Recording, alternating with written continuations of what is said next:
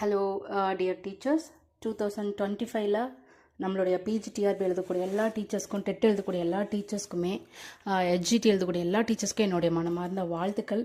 இந்த கடவுளோட அருளால் உங்களுக்கு எல்லாருக்குமே இந்த வருஷம் ஒரு நல்ல வருஷமாக அமையணுங்கிறது என்னோட மனமார்ந்த வாழ்த்துக்களை தெரிவிச்சுக்கிறேன். இன்றைக்கி நம்ம என்ன பார்க்க போகிறோம் அப்படின்னா, பிஜிடிஆர்பி 2025க்கான நியூ சிலபஸ்லேருந்து நம்ம இன்றைக்கி சார்ல்ஸ் லேம்போடைய நியூ இயர்ஸ் ஈவ் பற்றி பார்க்க போகிறோம். நியூ இயர் ஈவை பொறுத்தவரை ஏன் இன்றைக்கி பார்க்குறோம் அப்படின்னா, இன்றைக்கி நமக்கு ஸ்பெஷல் டே, ஜனவரி 1, 2025. சார்ல்ஸ் எதுக்காக ஃபீல் பண்ணுறாரு?